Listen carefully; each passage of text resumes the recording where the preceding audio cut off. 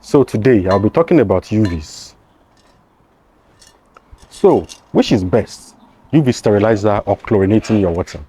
So first, let me explain how UV works. UV stands for ultraviolet, and the radiation from the sun are all UVs.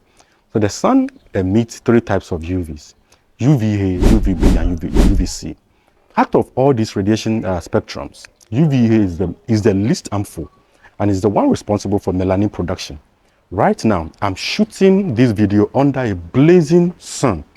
The radiation coming from this sun is UVA. Okay, so UVB is a little more than UVA in terms of how harmful it is. And strangely, UVB is even the one responsible for the production of vitamin D. Now, UVC is the most harmful, but all thanks to God. Most of the UVC radiation from the sun gets absorbed by the atmosphere even before reaching us. Now, these UVs, right, all emit or produce UVCs, right? So the radiation is the one used, UVC radiation is the one used by UVs, water sterilizers, to deactivate the DNA of microbes in your water. When the DNAs of these microbes are deactivated, they wouldn't be able to replicate or multiply. So water flows into here, and comes out from here. There is a light bulb inside this UV, right, that shines on the bacterially infected water, right? And by the time the water gets out here, the water is already sterilized, right? Now, here's the problem with UVs. UVs work based on flow rate. And this UV here is actually a 16 watts UV. And this one here is 25 watts, right? You see, and we also have 40 watts, we have 55 watts, 60 watts, 110, 220 watts. This 16 watt UV here can sterilize up to about 400 liters of water per hour.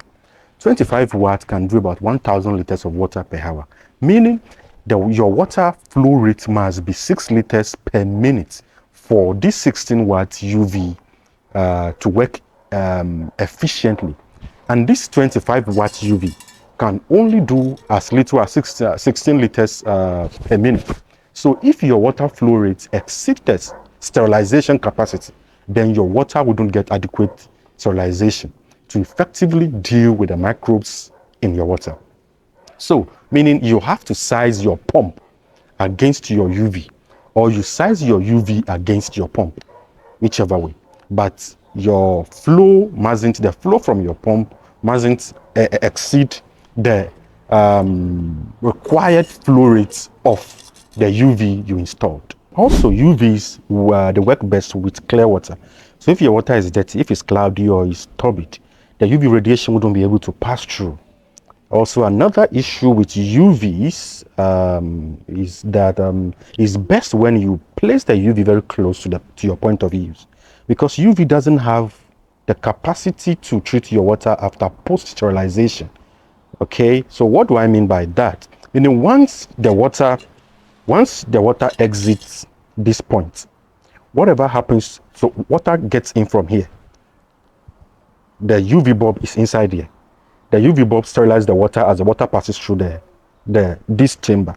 Once the water gets out from here, whatever happens to the water from here to your point of use, the capacity or the radiation of the UV wouldn't cover that, right?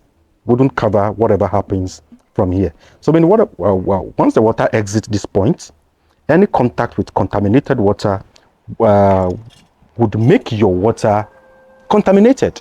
Okay, so this is what you may not experience if you use chlorination, or if you use chlorine to disinfect your water. Meaning, because after chlorination, when you have residual chlorine in your water, the excess chlorine will deal with any post-treatment contamination. Okay, so that's one benefit of using a chlorine over a UV.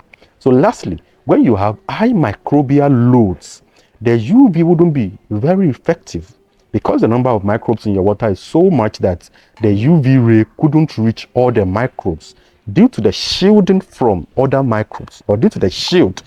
See, let's say this is a microbe, and that microbe is here. And that microbe is in the middle of these two microbes. The light shines from here, because these two microbes are blocking the one in the middle here.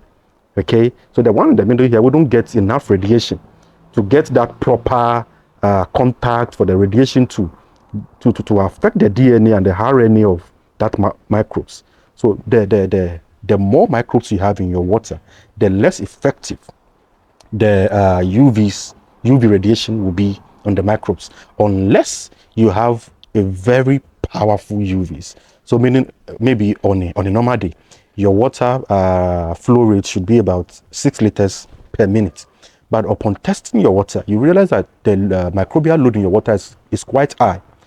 On a normal day, 6 watts would have been able to work for you. But because of the load, right, and you still want to use UV, right, because of the load, you may have to go for a UV radiation of about maybe 40 watts, 30 watts. Why? Because you need a powerful UV, or you need a strong UV radiation for you to be able to penetrate, kill all the microbes in your water, so to speak. So finally, when you are sourcing for your UV, make sure the spectrum is between 100 to 280 nanometers. So, which is best, chlorinating your water or sterilizing your water with UVs? Well, it depends, and I will talk about chlorination next time. Bye for now.